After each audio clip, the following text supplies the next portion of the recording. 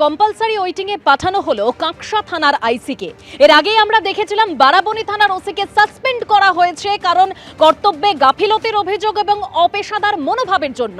Police মন্ত্রীর হুঁশিয়ারি এবং তারপরেই অ্যাকশন। এবার কম্পালসারি ওয়েটিং এ পাঠানো হলো কাঁকসা থানার আইসিকে। কাঁকসা থানার আইসি পার্থ ঘোষকে কম্পালসারি ওয়েটিং এ পাঠানো হলো, কিন্তু কেন, ঠিক কি অভিযোগ এই পার্থ ঘোষের বিরুদ্ধে?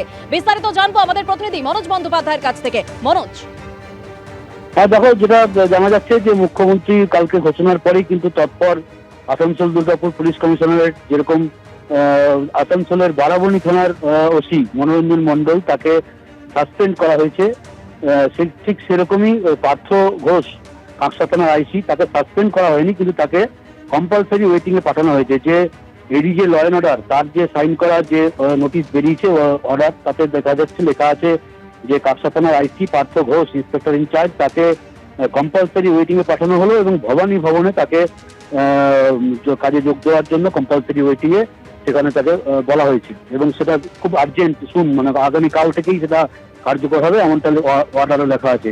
সুতরাং এটা স্বাভাবিকভাবেই যে মনে করা হচ্ছে যে মুখ্যমন্ত্রী ঘোষণার পরেই যাদের এই বিরুদ্ধে এই ধরনের একটা অভিযোগ আসছিল, ঠিক তাদেরকেই এই পদ থেকে সরিয়ে দেওয়া হলো। ধন্যবাদ মনোজ। বালু ঘনিষ্ঠ বাকিবুর রহমান, যাকে দুবাই যাওয়ার অনুমতি দেওয়া হলো। বাকিবুর রহমান, যাকে গ্রেপ্তার করা হয়েছিল রেশন দুর্নীতি কাণ্ডে, পরে জামিনে মুক্ত হন। তিনি দুবাই যাওয়ার আবেদন করেছিলেন ইডির বিশেষ আদালতে। ইডি আপত্তি জানিয়েছিল, কিন্তু সেই আপত্তি খারিজ হয়ে গেল, তাকে দুবাই যাওয়ার অনুমতি দেওয়া হলো।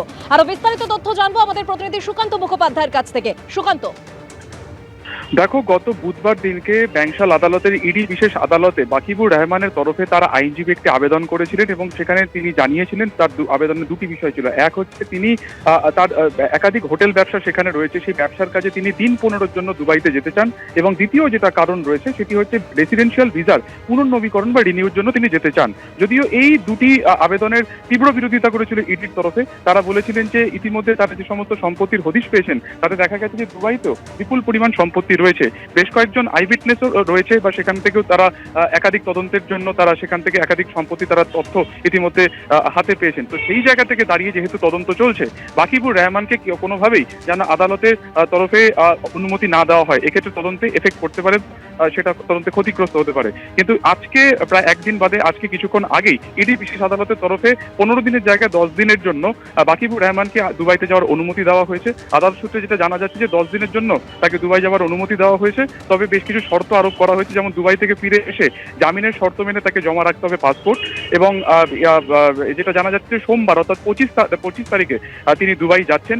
5ই ডিসেম্বর তাকে কলকাতায় ফিরতে হবে এবং 6ই ডিসেম্বর আদালতে পাসপোর্ট তাকে আদালতে জমা দিতে হবে। এর পাশাপাশি যাওয়ার আগে তদন্তকারী অফিসারের কাছে যোগাযোগের নম্বরও কিন্তু দিয়ে যেতে হবে। অর্থাৎ শর্তাধীনভাবে 10 দিনের জন্য দুবাই যাওয়ার অনুমতি দেওয়া হয়েছে কিন্তু বাকিবুর রহমানকে। আমরা জানি যে রেশন দুর্নীতি কাণ্ডে বাকিবুর রহমান তাকে প্রথম গ্রেপ্তার করেছিল এই কেন্দ্রীয় তদন্তকারী সংস্থা, এবং এরপরে তিনি দীর্ঘদিন জেল হেফাজতে ছিলেন। তাকে জিজ্ঞাসাবাদ করে কিন্তু প্রাক্তন খাদ্যমন্ত্রী জ্যোতিপ্রিয় মল্লিককেও গ্রেপ্তার করা হয় এবং কিছুদিন আগেই তিনি কিন্তু জামিন পান। এবং এবারে তিনি যেটা আবেদন করেছিলেন যে তাকে দিন 15-র জন্য ব্যবসায়িক কাজের জন্য তাকে যেন দুবাইতে যাওয়ার অনুমতি দেওয়া হয়, শেষমেশ আদালতের তরফে শর্তাধীন একাধিক যুক্তিকে সামনে রেখে বা শর্তকে সামনে রেখে তাকে কিন্তু 10 দিনের জন্য এই অনুমতি প্রদান করলেন ইডি বিশেষ আদালত ব্যাংশাল কোর্টে।